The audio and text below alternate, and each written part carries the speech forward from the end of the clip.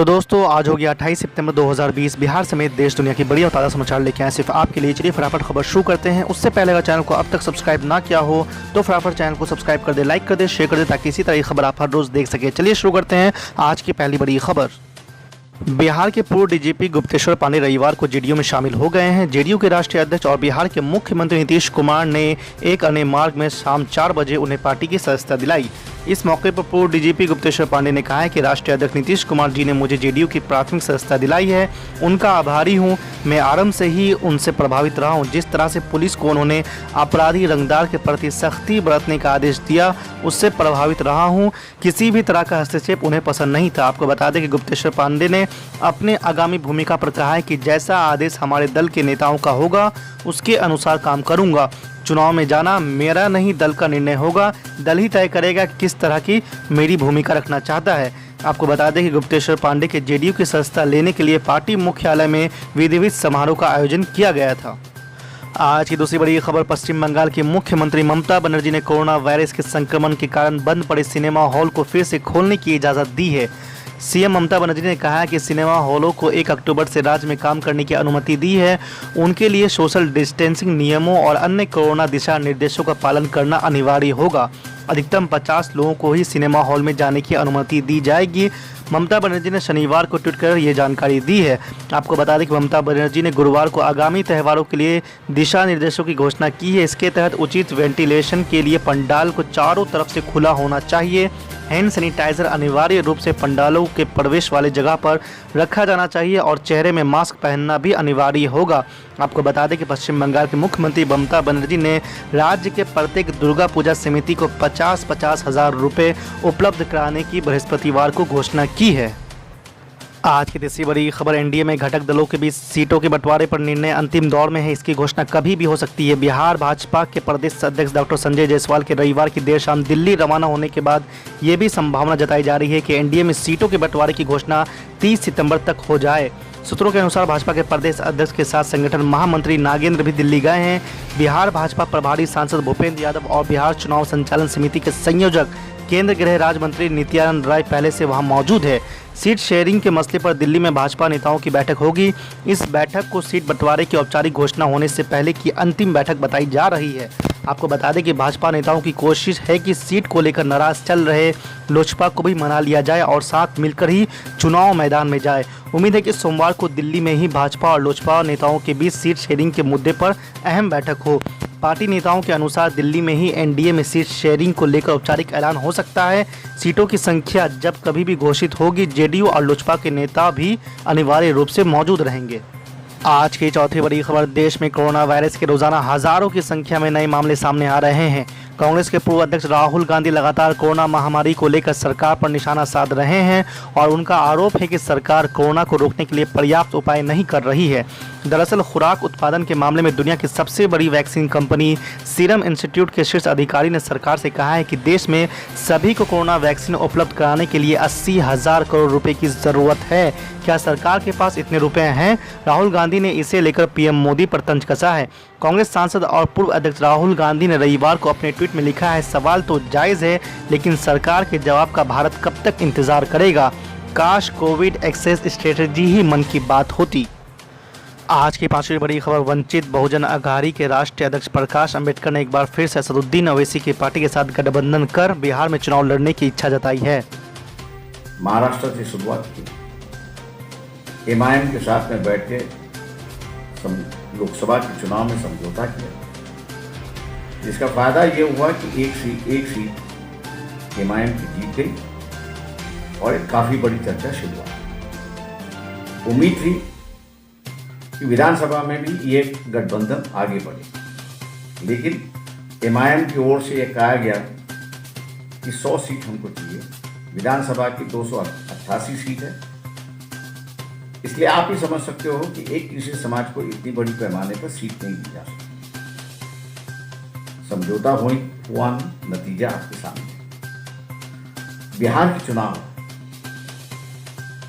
के चुनाव में मुसलमानों के साथ मैं गुफ्तगू करना चाहता हूँ, बातचीत करना चाहता हूँ। जो महाराष्ट्र में नहीं हुआ वो हम लोग बिहार में दोबारा करना चाहते हैं और इसलिए बिहार के इलेक्शन हम लोग चुन रहे हैं। बिहार के इलेक्शन लड़ने का मकसद यही है कि एनडीए को हराना है। 16-17% मुसलमान हैं, 18-19% अम्बेडकरवादी है, शेड्यूल कास्ट है। दोनों की संख्या मिलाई जाए तो 40%। 40% से किसी भी सरकार को गिराया जा सकता है। एनआरसी का मुद्दा, सिटीजनशिप का मुद्दा, आरक्षण का मुद्दा, ये सरकार सबके खिलाफ है और इसलिए मौलवी है, मौलाना है, पढ़े लिखे मुसलमान हैं। आप इस बात पर सोचिए कि विधानसभा के चुनाव के अंदर अगर अम्बेडकरवादी, आदिवासी, शेड्यूल कास्ट, मुस्लिम अगर इकट्ठा जाता है तो हम एनडीए के सरकार को हरा सकते हैं और इसलिए इकट्ठा जाना जरूरी है। मुस्लिम समाज इस पर सोचेगा, ये मैं उम्मीद करता हूँ। आज की छठी बड़ी खबर, जाप सुप्रीम पप्पू यादव ने साधा नीतीश सरकार पर निशाना। कि मुझे 1 साल के अंदर आपको एग्रो बेस्ड इंडस्ट्री को दूध पर, मक्का पर, केला पर, लीची पर, गन्ना पर, शाहबाद के धान पर, मखान पर, माछ पर और पान पे और जूट पे एग्रो बेस्ड इंडस्ट्री को हम पैदा करेंगे और भारत का सबसे ज्यादा रोजगार। और दूसरा जो पैदा होगा वो होगा सबसे ज्यादा यहाँ पर पर्यटक स्थान। जितना आधा पैसा हम पर्यटन पे लगाएंगे, आधा, ताकि दुनिया को लाए और आकर्षित करें, ये मेरा होगा। पर्यटन विभाग को हम बहुत ज्यादा डेवलप करेंगे, हर परिस्थिति में उद्योग के बजट पर लाएंगे। स्कूल और हेल्थ हर गारंटी के साथ 2 साल के अंदर प्राइवेट स्कूल से खूबसूरत स्कूल और प्राइवेट अस्पताल से ज्यादा खूबसूरत अस्पताल होगा। कोई भी नेता पदाधिकारी का बाल बच्चा का इलाज सरकारी अस्पताल और सरकारी स्कूल में ही पढ़ेंगे, इसको हम कंपलसरी करेंगे। बहुत क्लियर है, नीतीश कुमार जी का झूठ दुनिया देख चुकी। 15 सालों के अंदर नीतीश कुमार ने बिहार को ठगा, घर से निकले नहीं, कोरोना वायरस में उन्होंने मारा और अब आवाज करते हैं। अब उनके हाथ से बिहार के यूथ और गरीब की आत्महत्या हुई है। 1,44,000 यूथ मरे हैं, आत्महत्या उन्होंने की है इस कोरोना वायरस में। उसमें बिहार की संख्या ज्यादा है, उसका जवाब नीतीश कुमार को देना चाहिए। बस मैं सिर्फ इतना ही कहना चाहता हूँ। जी,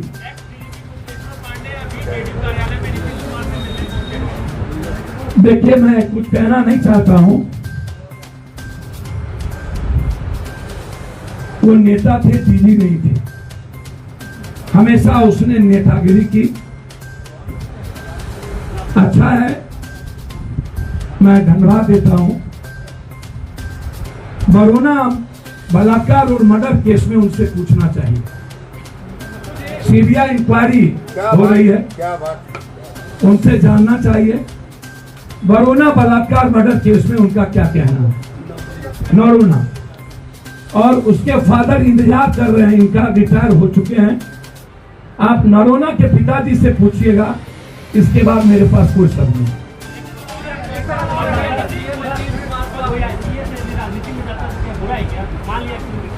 जी सर, अच्छे आईपीएस पुलिस अधिकारी का स्वागत करना चाहिए, आईटीएन का, इंजीनियरिंग का, लेकिन ये गरीब ब्राह्मण का ट्वीट चलाना, सर ब्राह्मण समाज वैसे ही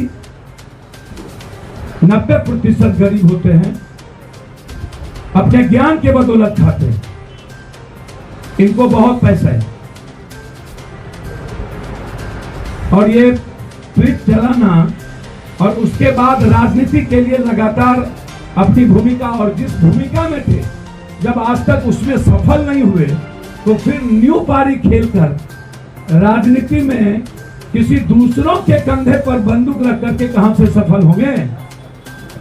जी बताइए, लाइव से देखिए।